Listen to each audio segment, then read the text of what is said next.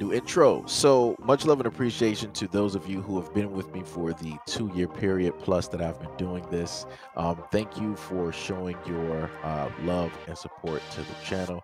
And to anybody else who is brand new to the platform and you would like to support the channel, also you can do it by way of Patreon, Anchor, the clothing store, and also the shoe shop that is listed in the comment description below. And again, thank you to any and all of you guys who have been here to support this channel during the 2+ year period. I wouldn't be able to do what I do every single day without you.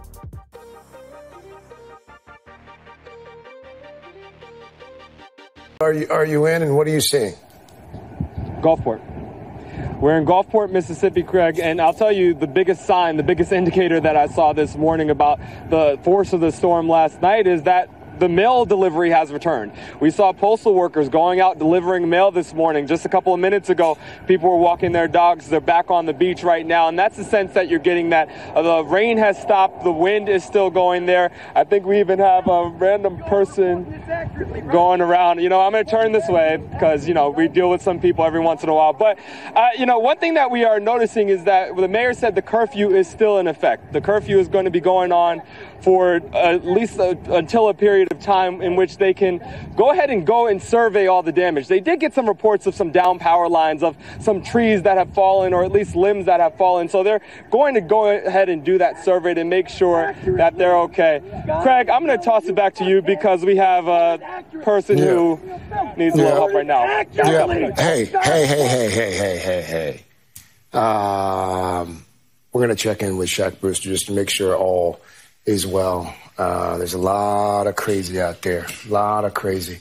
And Bill Cairns, thank you as well. Again, we'll make sure Shaq's okay. A Worcester resident is accused of harming a MSNBC reporter in Mississippi. On Thursday, police arrested Benjamin Dangley in Dayton. He faces charges of assault and violating terms of probation. When the U.S. Marshal's Office task force received word that Dangley's white 2016 Ford F-150 pickup was in the area, they located the truck at a nearby shopping plaza. The team waited for the 54-year-old Worcester man and arrested him after he left the store. Quote, due to assistance provided by the Wayne County Sheriff's Office, our task force members were able to track this fugitive from Mississippi to his arrest location in Dayton. Dangley faces 2 counts of assault, 1 count of disturbing the peace, and 1 count of violating of emergency curfew by the Gulfport Police Department. In the video of Gulfport incident, Dangley can be seen parking his white pickup truck behind the MSNBC reporter and running towards the camera shouting about accuracy. Reporter Shaquille Brewster then turned away to continue talk about Hurricane Ida, but signs off as Dangley approaches him. Quote, Craig, I'm going to toss it back to you because we have a man who is upset right now. When the camera broke away to another news anchor, the man assaulted Brewster. After the incident, Brewster tweeted that him and the MSNBC team were all okay. This was not the first encounter Dangley had with the law. He was arrested back in 2017 after he broke into Cleveland Plating, a company he once owned. There, Dangley drilled into tanks containing sodium cyanide, hydrochloric acid, yellow chromate, phosphorus chloride, and sulfuric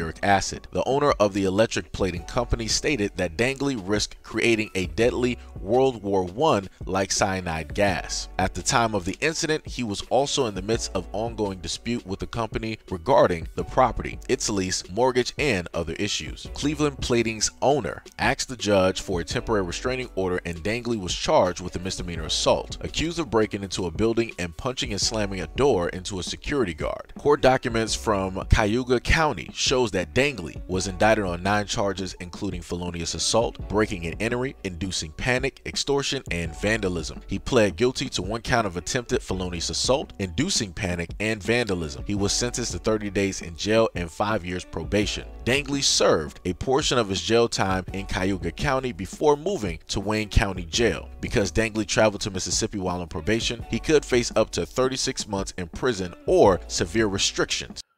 So yet again, we can see who clear-cut is the true American criminal. We have somebody who has committed assault. We have somebody who has broken an entry. We have somebody who has destroyed property and tried to do a variety of things. We have somebody here who has a restraining order directly on them. And this is the same individual who was allowed to escape where police or whoever didn't know his whereabouts, and he was able to get on camera, get close to a news anchor who was simply giving the news, and he decides that he wants to go up and assault this news reporter. For what? For what? Now, how many times have we seen news reporters out during hurricanes and true Americans coming up to them talking about, oh, report this with accuracy, report this with accuracy, rah, rah, rah, rah, rah, right? I haven't seen it, or if it's happened, it's been few far in between.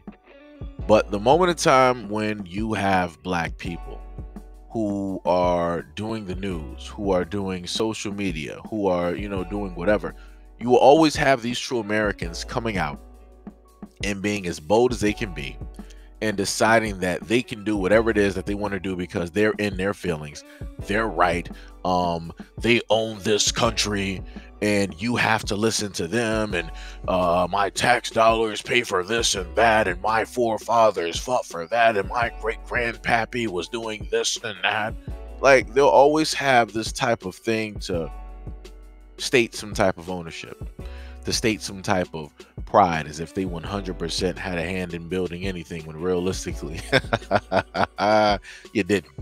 The only thing that you had a hand in building and destroying was the Caucasus Mountains, which of course you left, and then you decided to come here. So, like I said before, it's pretty funny looking at individuals, consistently lying, consistently having this type of false bravado, this false courage, this false type of strength and truth that they tend to live by and feel that it is 100% logic when it is not, when all the facts, when you line it up, you can tell historically that, yo, you're lying to yourself. You're lying to yourself so much that you became so drunk on that lie that the lie became truth, and that truth became a fact for you, not for everybody else, just for you. This is clear-cut the reason why this true American was able to speed to the scene during a storm, decide to get directly out of his vehicle, and proceed to run his overweight self. This, and I want to note this is more than likely the most he has ever run in his life. This is the most exercise he has ever gotten. I promise you, by the length of time from him getting out of that truck with that energy to the end of that truck, I promise you his body was already out of gas. At certain points, it looked like he was going to trip directly in that sand or whatever he was sitting up there walking through. And by the time he got into the reporter's face, he was probably about to blow over. I'd have had nothing to do with that. That was him with a lack of steam. Like I said before, maybe he needed some energy from either to carry him from that truck directly to the reporter. Maybe the conversation probably would have been a little bit different, right? But I'm just going to say he was more so angry at finally figuring out that after 40 to 50 years that, yo, this is the reason I suffer from erectile dysfunction. I'm completely out of shape. What am I doing out here? I'm out here during a hurricane. Do I not have a restraining order against me? Why am I really talking to this black guy who is a reporter who's simply trying to do the news? You know what? Matter of fact, screw all of that logic. I'm angry. I'm mad. I'm a true American. I'm going to do whatever it is that I want to do, and I'm going to show every other true American out there that this is what you're going to sit up there and do to mainstream media whenever they happen to get stuff wrong, or whenever they sit up there and tell you stuff that isn't specifically 100%. I promise you, being real, this should have just been a commercial for ED. It's like, hey, are you a Caucasian male, weigh about 180, 230 pounds, short, slightly balding, pasty, overweight with a gut, haven't seen your other guy in probably God knows when? Do you get slightly winded when you walk from your car to the end of your vehicle? Well, we got this product for you, ED Rage. Yo, oh my goodness. But yo, in all seriousness though, this shouldn't have happened at all, but we're dealing with true Americans out here. We're dealing with the proud people.